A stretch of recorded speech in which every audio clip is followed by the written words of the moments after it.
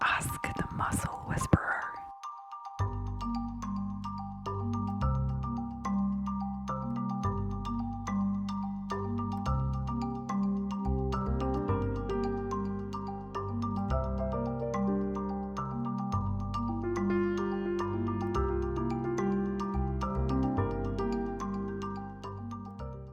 Hello, my name's Nikki. I'm the owner of Orchid Massage Academy and I'm a business and skills mentor for massage therapists.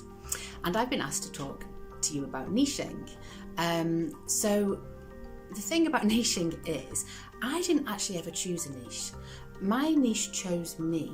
So what happened was, basically I started massaging in the 90s and marketing then was really different and niching wasn't a thing. We just worked with anyone that wanted it. So I just did a massive range of clients with a massive range of problems using a massive range of modalities. And I was lucky because I never needed to advertise, or not really. So I was mainly getting referrals through word of mouth.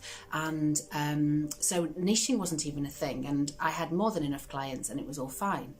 But about 10 years ago, when marketing really exploded for massage therapists and how they could grow their businesses, I started to think, oh, maybe I should start doing a niche. Niching is a thing. So I had a look at my business and at my clients, and I realised that actually over the time, although I'd started off treating a massive range of clients with different problems, actually they'd evolved themselves organically into a niche.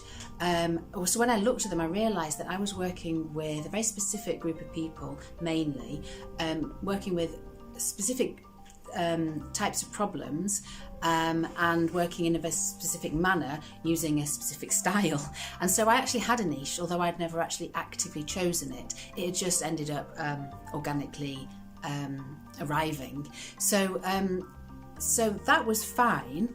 But if you're thinking of choosing a niche, then I just wanted to sort of say what I think about that, which is that, and this is quite a controversial statement, I think, niching is just a marketing tool.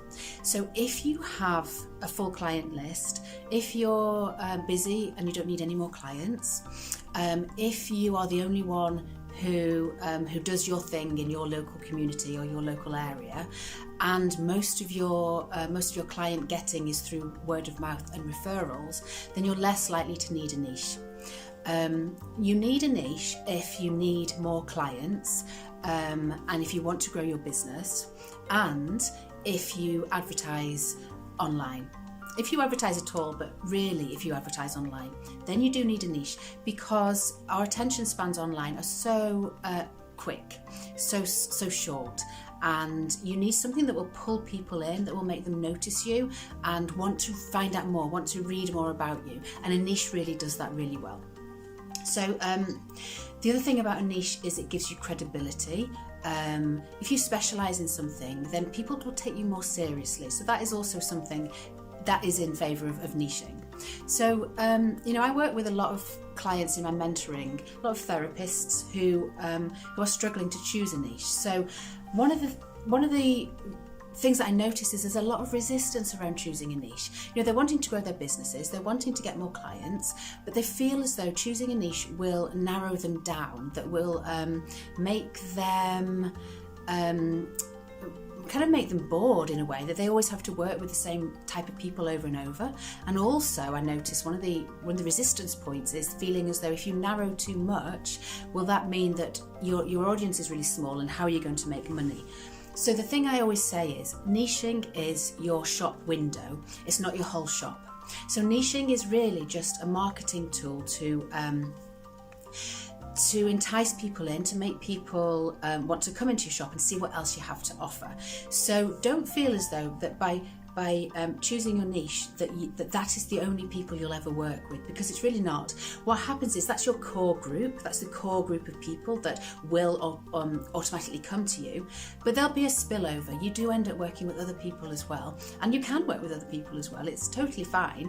It's just more that your messaging is created around the niche. So what you put in your website and what you put in your marketing material is around that. But that doesn't mean that that's the only people you're ever going to work with, so don't worry about that. So when it comes to choosing a niche, the first things to bear in mind are the parts of your work that can be niched. So it could be whether you have clients that have a specific interest or hobby. That can be a niche. Or it could be that you work in the way you work, you do one specific modality. So you choose the modality you like, you enjoy doing best. That could be a niche. Or it could be that you specialise in working with a specific body part, or you specialise in working with a specific problem area. So you could create a niche around that.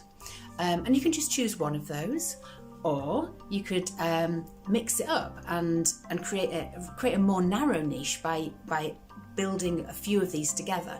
So you could actually end up with something a bit like you do sports massage for swimmers with sciatica. Now that's quite a narrow niche, but it would work. So you can play with it in that way.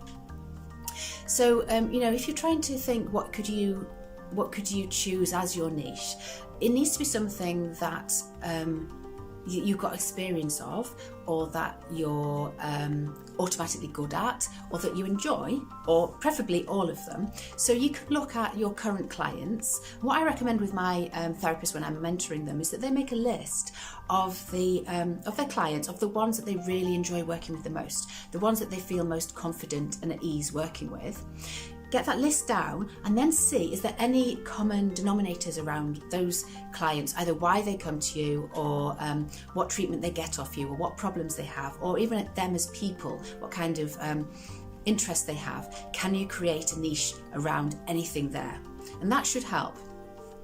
If you find that you're struggling to do that with your current clients, you can actually look a bit closer to home and look at yourself and your own life experiences. So you can choose to have a niche based on what you've experienced, what you've overcome, struggles that you've had, that you've dealt with, something that you've got deep knowledge on, or that you've got intense interest in.